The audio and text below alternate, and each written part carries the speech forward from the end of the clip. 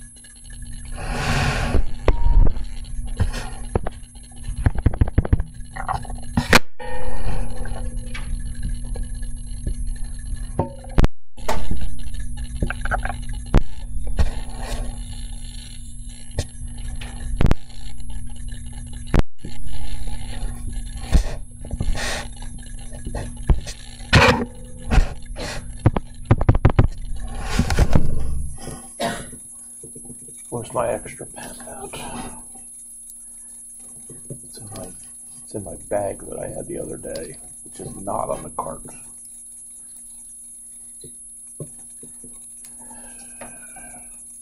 It's going to be a good Friday. It's snowing. It's supposed to get 50,000 degrees below zero, which means the pipes are going to freeze and organic and flood the building.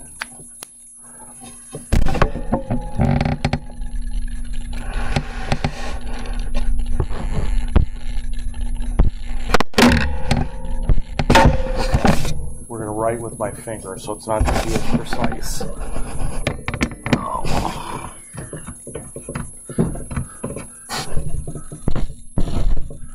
It's going to be really big, though. Okay. So you're talking about taking an alkyne and adding H plus H2O to it, and then also there, in the book, the way they write it, there's Hg2 plus. Okay, so this is the hydration of an alkyne. And the reason that the mercury is there, and it doesn't necessarily have to be there when you write the reagent, but the triple bond being more stable is a little bit less reactive, right? More stable, less reactive, more unstable, more reactive. And so we need the mercury in order to sort of activate the triple bond. That's the only reason it's there. It's not going to show up in the mechanism. So what we're going to do is we're going to take the triple bond and we're going to add the H plus Markovnikov in this case. And so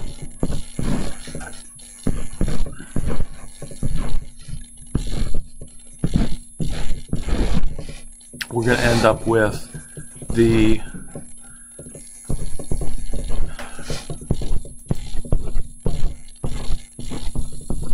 adding the H to the terminal carbon and then forming that carbocation.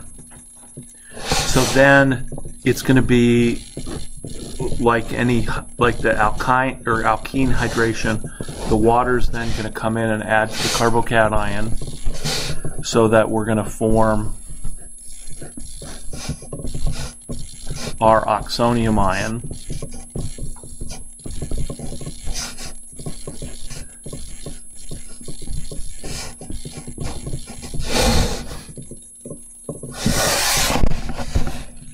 and then we're going to lose the H plus.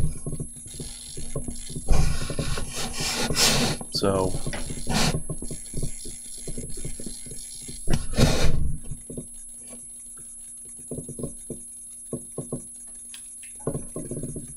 then I got to go to another slide. So is everybody okay with this one?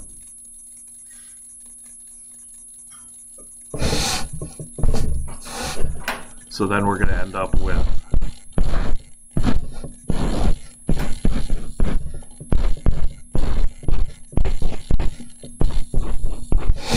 that, which is called an enol.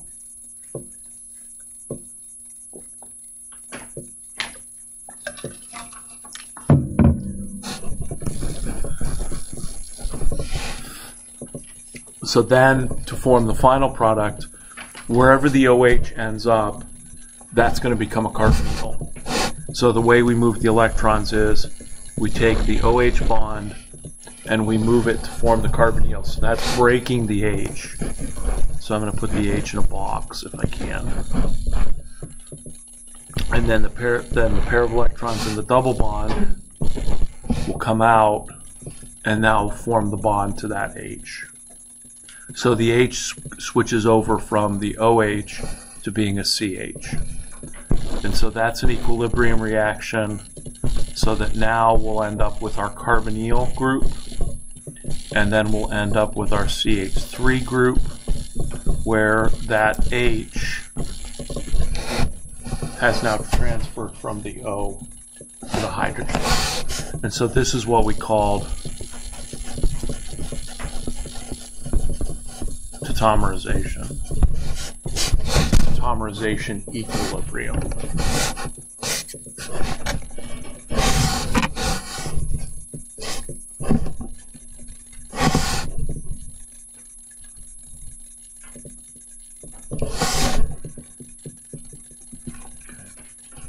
So that's the mechanism for forming. And if we did anti-Markovnikov addition and we added the OH to terminal carbon, then that terminal carbon, that OH, would become then a carbonyl, which would make the aldehyde. So it's a three-step process. Add the H plus, add the water, lose the H plus, and then do the tautomerization. And we're a ways away from the first exam, but if you went and looked at some of the older exams, this is something that I traditionally will ask to write the mechanism of. Okay. What other questions?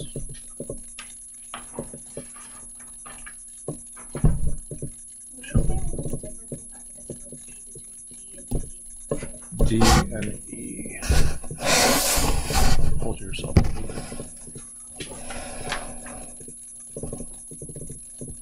There would be no difference between that mechanism. So in one case, what I've done is I've given you an internal alkyne, and then in the other case, I've given you a terminal alkyne. And in each case, I'm adding H2, palladium, platinum. So the thing to remember is that when it's H2 with palladium and platinum, I'm going to reduce the alkyne all the way down to the alkane.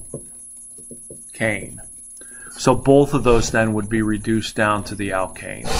So for the first one, we're going to have that one, because the internal alkyne is going to become just simply an alkane. And for the terminal one,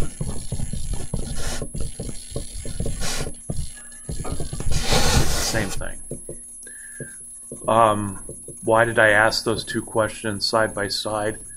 Because I think what happened was that I had the terminal one first, and then I wanted to ask the series of like the Lindlar catalyst and the ammonia, and those are only interesting if it's an internal alkyne, because that's the only way you're going to get cis and trans isomers. So I started with the terminal one, and I needed to I needed to do internal ones in order to make sure you knew cis and trans for those reagents. But in this case, there's no difference.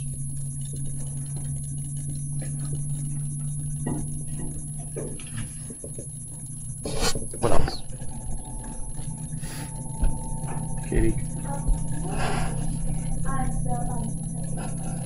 D on the second page. D on the second page. Okay.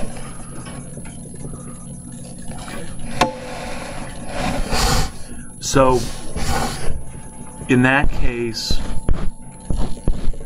let's see, I've got a C triple bond C with what, a methyl or ethyl?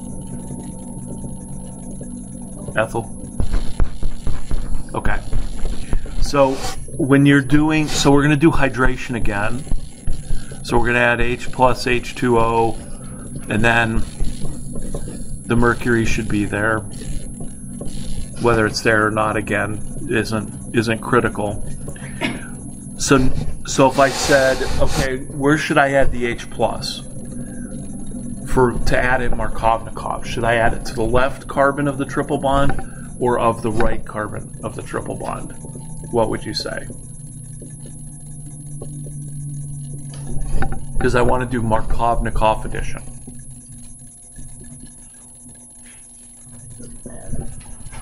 It doesn't matter. Do we agree that it doesn't matter? Which carbon has the most hydrogens? They're tied with 0. So that means I'm going to add the H plus to both sides. So without going through the mechanism that I just did a few minutes ago, let's just write those two possibilities. So if I add the OH to the carbon on the left, and it doesn't matter whether I add the H and the OH cis or trans, because the reality is that it's going to be 50-50. So I would form this compound. And then if I added the H plus to the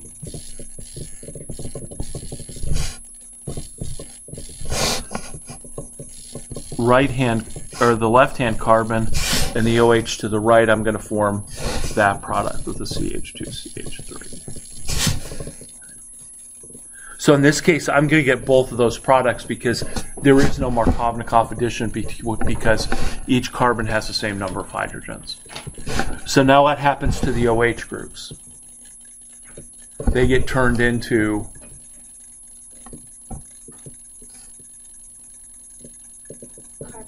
carbonyls. So in this case, I'm going to get 50% where the carbonyl's next to the cyclopentane ring, and I'm going to get 50% of the product where the carbonyl is on the other carbon. So that's why you see both products, and then I've asked you for the reagent for that. And so what you have to do is you have to realize that this is a reaction with multiple steps. This is sort of the oddball reaction for alkynes. Normally when you're looking at alkynes, you would say, okay, what did I add to it? And did I add an HBr, Markovnikov, anti-Markovnikov? Did I add 2 BRs? Did I add 4 BRs? What did I add? In this case, what you have to realize is when you make the ketone or the aldehyde, that's where the OH went. So you're always adding H plus H2O, either Markovnikov or anti-Markovnikov. So these would then lead to the ketone products, which are shown on which are the ones I'm asking for.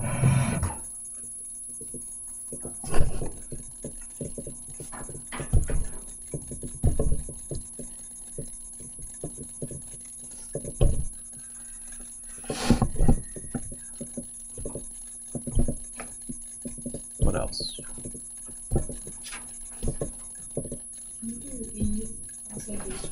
P on the same page. Okay, so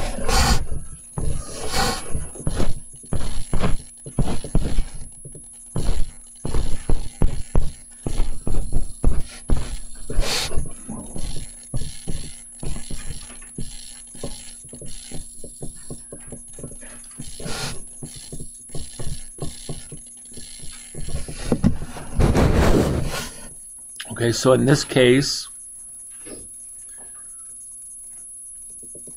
I'm converting the triple bond to the aldehyde. So exactly what I just said a minute ago, what am I adding to the triple bond?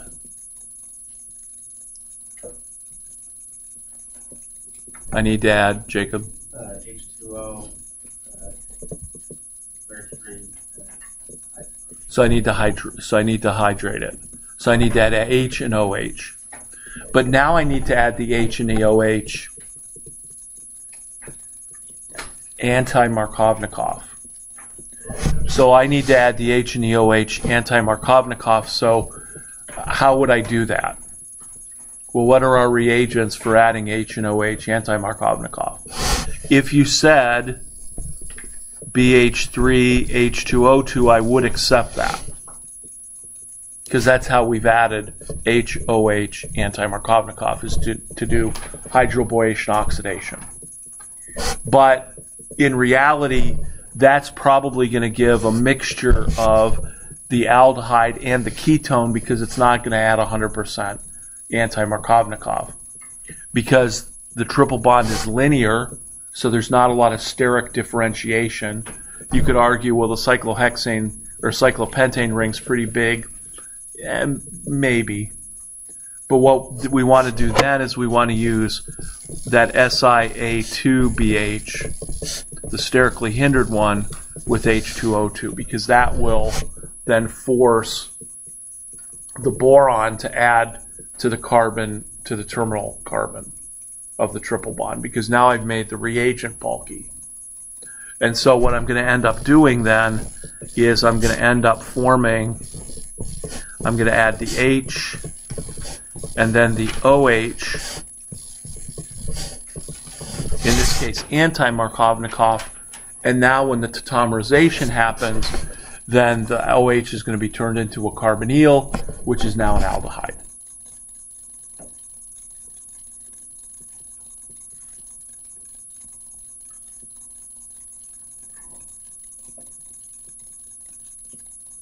Do you know why Top Hat said you have to add hydroxide to it?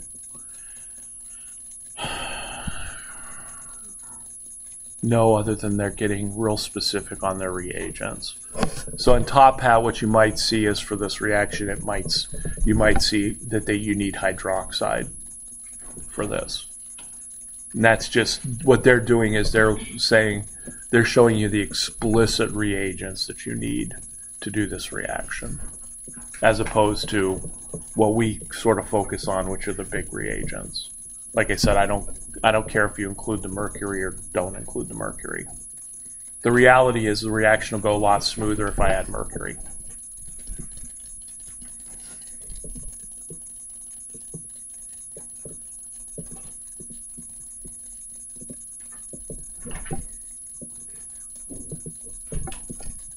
So I have a question that's kind of general. So looking at problem C, I know it was CAM and O4 and heat, but how do you know if it's going to be the base or the acid? So with a triple bond, there is the possibility of adding CAM and O4 and base to this. Mm-hmm. And I don't remember if it's in the lecture video or not, but I don't think it's in Top Hat. Mm-hmm. So we're kind of eliminating the base as an option. So what we're saying is that I'm going to add CAM and O4 and acid, and what's that going to do to the triple bond? Cleave it. So if we added CAM and O4 and OH, I'm kind of skipping that reaction. You would end up adding 4 OHs to the carbons, and then it would rearrange itself to form two C double bond O's. But I don't think that one's in the book. Yeah, I know in the one video you said like you could use the CAM and O4 and like as a heat. So are we just kind of We're just saying that when you use CAM and O4, it's gonna cleave. Okay. It's gonna cleave, Jacob. Is that in the lecture video when you said it makes diketone? Yes. Okay. that's in the lecture ketone, but we're going to skip that reaction. We'll see something similar to that later on. So we're going to say CaMnO4 with any triple bond is just going to cleave it.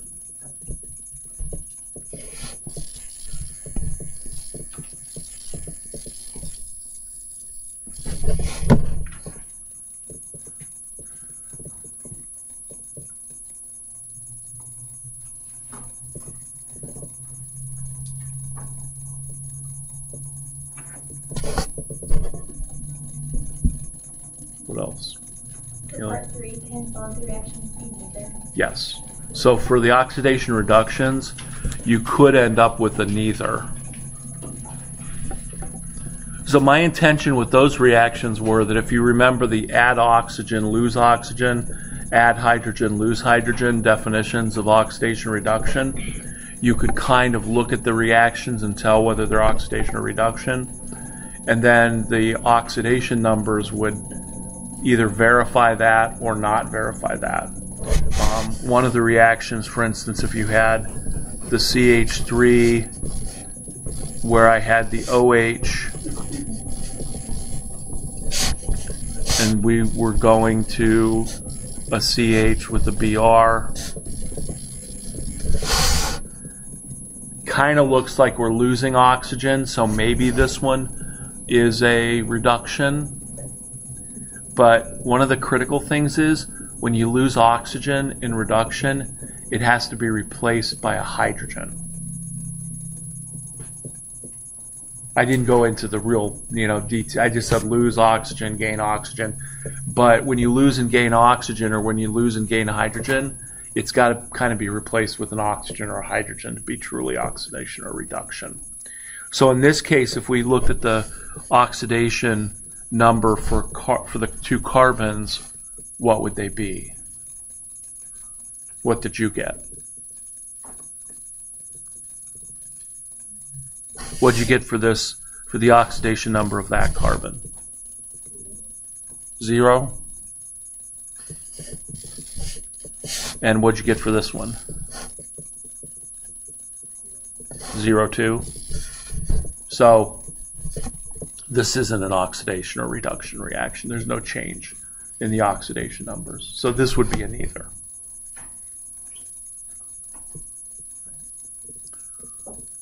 And then how did we get that? So carbon attached to carbon on either side, there's no imaginary transfer of electrons. Carbon attached to hydrogen, carbon picks up an electron. But then carbon attached to oxygen, carbon loses that electron, so the net result is 0 in both cases. So the carbon picking up the electron from hydrogen is then lost to bromine, so both of those are zeros. And so what you have to do is you've got to look at the oxidation number of the carbons that are changing, that are having the bonds broken or made. That's how you determine whether the reaction is oxidation or reduction. That was mostly practice on doing oxidation numbers.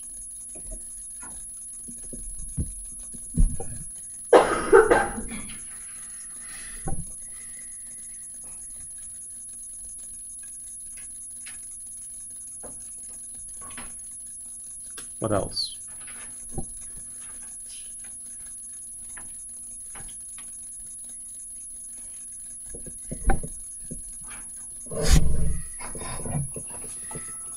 Can you go over at 153? F1 part 3. What's F1 part 3?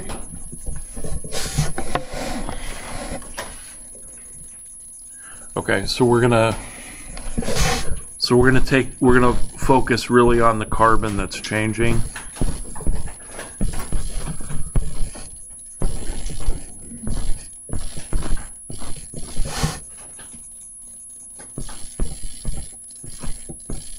Which is going to be this one.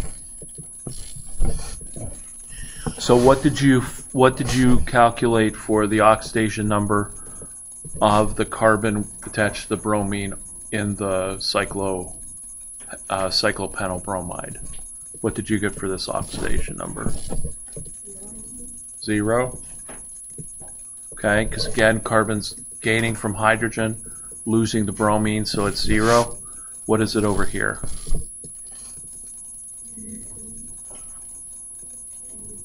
-2.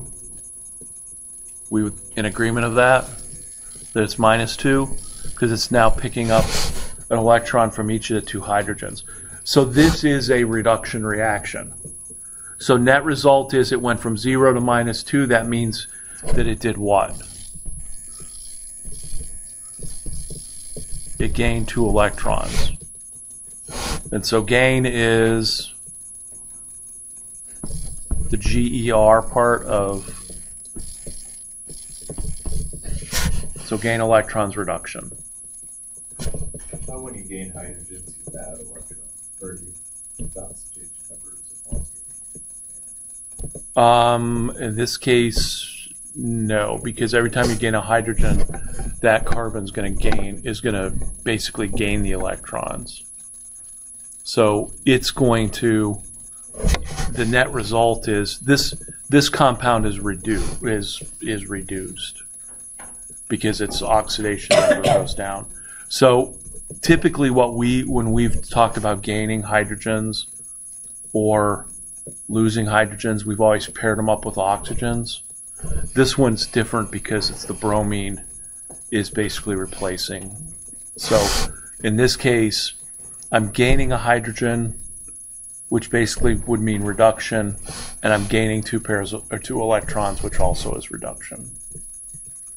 And then for a couple of those molecules, one carbon may gain while the other one loses, so the net result is that there's no oxidation reduction.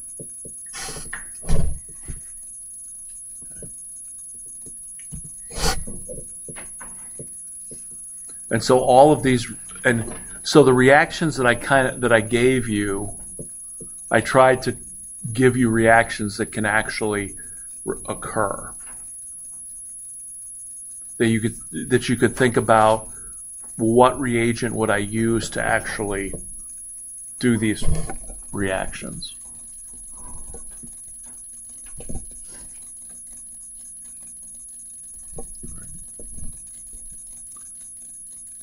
What else, Ben? The difference between I and J. So I'm going to guess that's, between the terminal and the, okay, so the difference between oxidizing an internal alkyne versus oxidizing a terminal alkyne, basically same process. I'm going to cleave the triple bond, and I'm going to basically turn each one of those carbons into a carboxylic acid. So for the internal one, I'm going to end up with 2 carboxylic acids when I cleave the triple bond and convert them to carbonyls. With triple bonds, we have no choice. We got to make carboxylic acids. Now, when it's terminal, the left-hand side is still going to be the same, but then the right-hand side is going to become, at least initially, that,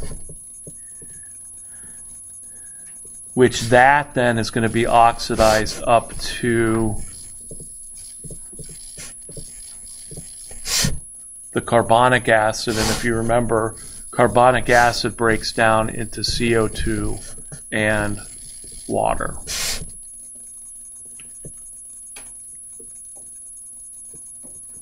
So with a terminal alkyne, you're going to get the same products that you would get that we got last semester when we had a C double bond CH2. So if we had a terminal alkene, we got the CO2 and water. When we have a terminal alkyne, same thing.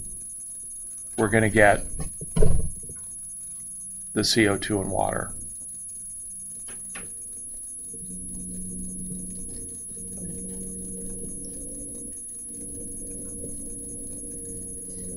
So if I can go on a little tangent here. if somebody said, hey, I have an alkyne and I want to know if it's internal or terminal, you've got a couple options to determine that. The first option would be to just add some CaMnO4 and acid to it and see if it fizzes. Because if it fizzes, that means you've got the CO2 and water, so that's a terminal one. Of course, I don't know how much of that alkyne you're going to need. You're going to have to do a lab experiment. But now that everybody's learned about IR, in lab, we could actually take an IR of this substance, and if we saw the CH peak, which is a little bit above 3,000, we would say, oh, there's the CH of the triple bond, so we could immediately determine that it was terminal, and I didn't have to basically destroy my compound. That would only need less than a drop. So that's how you can determine the difference between a terminal and internal one. You can do it chemically or you can do it spectroscopically. Before IR, this is the way you had to do it.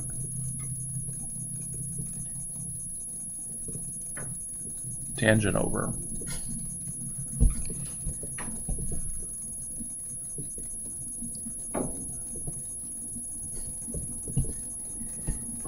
How about some of the newer? We have the in-class problems, and asking me questions is a way to avoid doing the in-class problems. That's part of, the method here. But anything in the newer stuff, anything from Grignard's? Because now we've got some newer Grignard reactions. H for part 1, where it says like D2O. Yes. Okay. So the question is, what's the D2O? First of all, do we all know what D is? So D is the hydrogen isotope 2. Because when we first start talking about Ds, you look at the periodic table and there's no D. So D is the hydrogen isotope that has a mass of 2. There's hydrogen, there's deuterium, and then there's T for tritium, which is the hydrogen with a mass of 3. Actually, if I could erase, I'd put the 2 on the other side of the H and the 3 on the other side of the H. But I can barely write with my finger, let alone erase with it. So, tritium is the one that's radioactive. So when people do radioactive studies, sometimes this happened a lot in the older days, still happens, but when you're looking at bio transformations like bioorganic transformation, you have this enzyme and it does something to the molecule and you want to figure out, like maybe it cuts it in half, so it's like, okay, where do the pieces come from? Sometimes you would make the molecule and label it with a radioactive substance so that when the enzyme cut it in half, you'd find out where you trace where the radioactivity was and try and figure out how the molecule got taken apart by the enzyme or how it got put together by the enzyme. So they would use carbon-14 or tritium as their sort of tracers. You can do the same thing with deuterium and mass spec, because you know what the fragments would be without the deuterium, and then with the deuterium they have a mass +1, so you know that's where the deuterium went. So deuterium is just simply hydrogen with a mass of 2, so when you make D2O, that's heavy water. That's what they use in the nuclear reactors. They use a lot of D2O. So if we make a Grignard, where did my thing go? Holy. So let me just put it in context of the reaction that we kind of just did. Because I did say that if that I did give you reactions where there are reagents. So if I said, hey, how do you turn cyclohexylbromide into cyclohexane? One of the ways we could do that is that we could make this a Grignard and then kill it with water.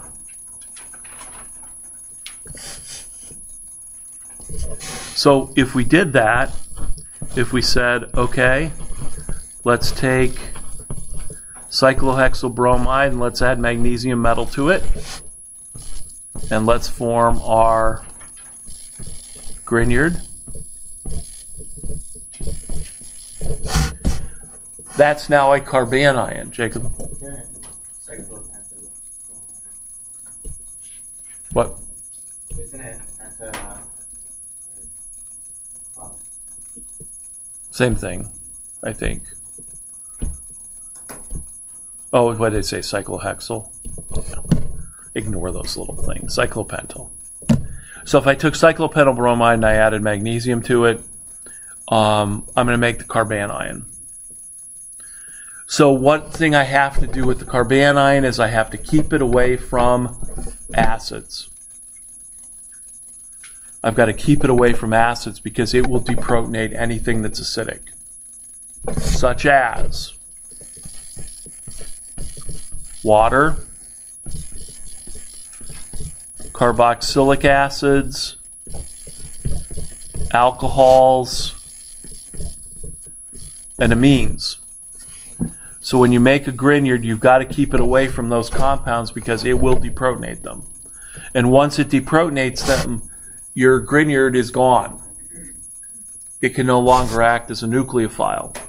So when you make a Grignard reagent or an organolithium reagent, you have to do the reaction in like argon or nitrogen gas. You've got to bake the glassware out or flame it so that there's no moisture on it. You have to do it in an atmosphere where there isn't any moisture or any CO2. So we use argon, we use purified nitrogen. Sometimes we use a big like glove box. It looks like a little baby thing where you stick your hands in with the gloves.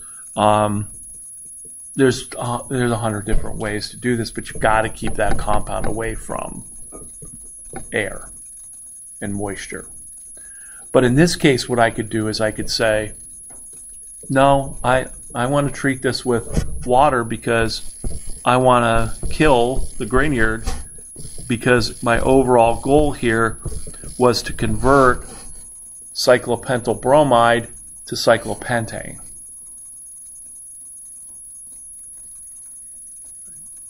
That was the reaction we just did the oxidation numbers for. Now, where does D2O come into play? Let's say that I wanted to put a deuterium in that place.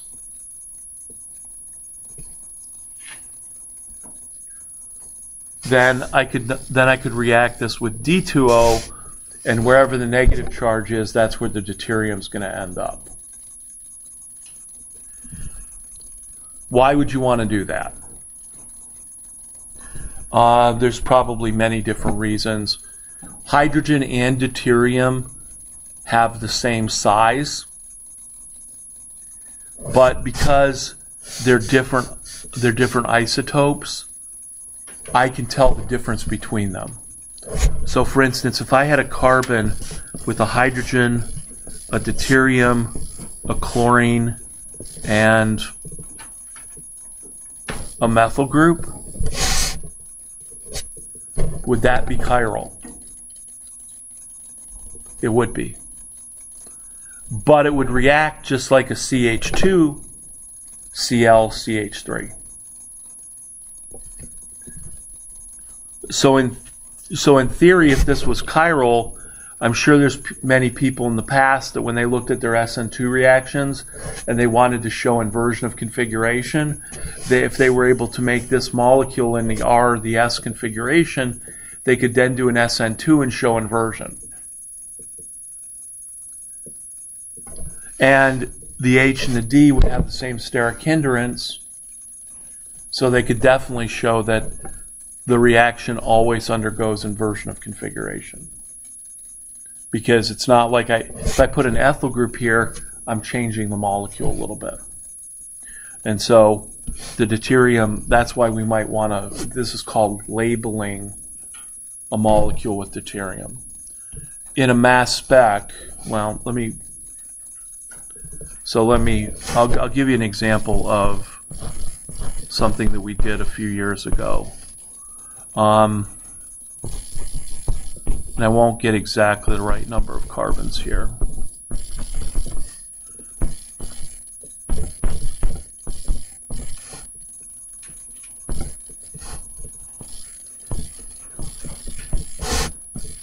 There's a molecule called linoleic acid. In our systems, linoleic acid is an 18 carbon chain, 2 double bonds separated by a CH2. And then there's an R group to give me the rest of the 18 carbons. So in our bodies, this is called a PUFA, a polyunsaturated fatty acid. And it's unsaturated because it's got the 2 double bonds. So it is the most abundant PUFA in our bodies. There's arachidonic acid and some other things. But what happens with this molecule is that it can be oxidized by oxygen gas in our systems. This CH2 right here, if you think about, I can only think about what I talked about yesterday in my lab section. If you put a plus charge on that carbon, there's lots of resonance structures that you can draw for it. And then eventually the molecule will cleave apart. One of the things it does when it cleaves apart is it forms what's called decadienal, which basically take the left-hand part of this molecule and you put the double bond closer to to the aldehyde. This becomes an aldehyde. So when linoleic acid containing foods decompose, they start to smell decomposed. And that decadienal molecule is there. So one of the students we decided to do was we decided to purchase this with deuterium atoms attached to the double bond, and then run the reaction and see how the molecule cleaved. Because what we could do is we could run it without the deuteriums, and we would see the peak in the GC corresponding to that compound, and then we could see its mass spectrum, including its molecular weight.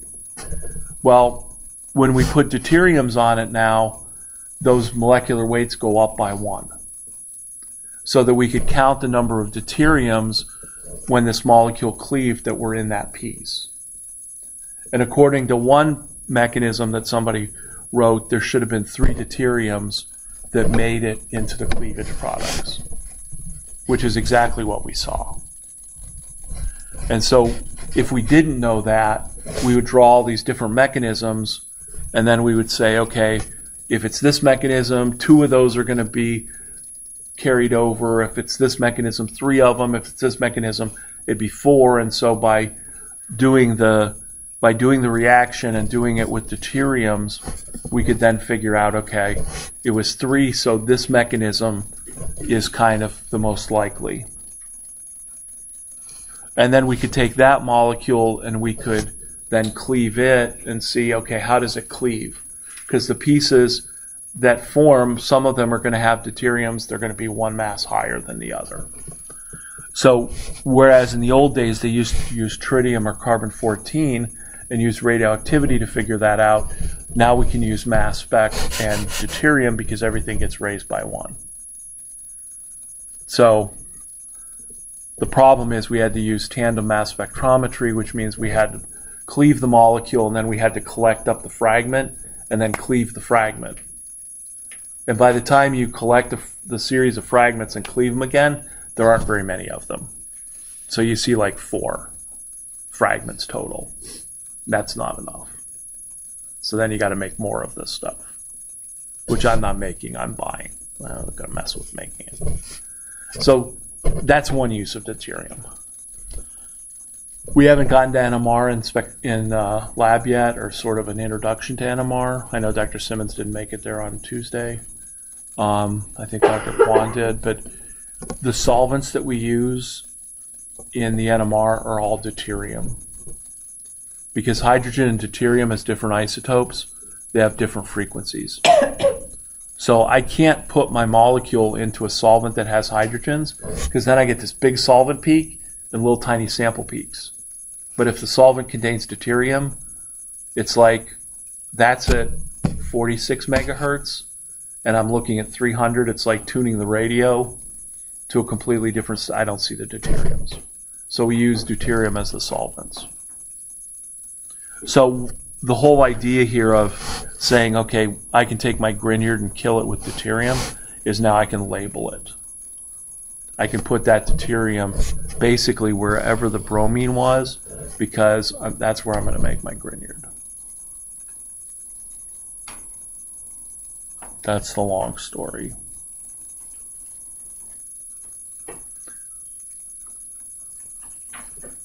I could show you one. I could give you one more real quick.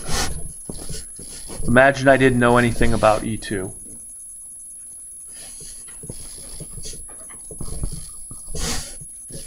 If I could make this molecule, let's say I put 2 methyl groups there, so I force, let's say I add my tertiary butoxide, so I'm studying the mechanism of this. I make that molecule with the deuterium and hydrogen in exactly those 2 positions, and then I treat it with tertiary butoxide. That's my experiment to determine, does this reaction have to go 100% anti-periplanar? So I do this experiment and I would find out that what? Only the hydrogen's removed and the product contains nothing but deuterium. If it was both, I'd see a 50-50 mixture. If that mechanism doesn't go by anti-periplanar, then I'd see, and it was planar, then I'd see nothing but deuterium removed, and my final product would have an H in it. So if I do this reaction, I do GC mass spec on it, my product, by determining the molecular weight, does it have a deuterium? Doesn't it have a deuterium? And so I can use the deuterium to get at the mechanism. Fortunately for us, they already did that. But that's how you confirm that we have to go anti-periplanar. So it's used mostly for mechanistic. It's used for a lot of mechanistic stuff, including biomechanistic stuff. Most people don't care. Most synthetic chemists, I can do the reaction, I don't care how it goes. And then it's physical organic chemists that have to come in and try and figure out the mechanism. Usually years after the reaction has become popular. I am trained as a physical organic chemist and do mechanisms. Okay, enough. Enough of me talking. All right, if you have any other questions about any of the new stuff, Monday there's no video. I'm going to be live lecturing on epoxides, different ways to open them up. So the reading assignments in the book, if you want to take a quick look at it. These problems are practice problems, so you could go ahead and do them. If you have any questions about them, that's fine.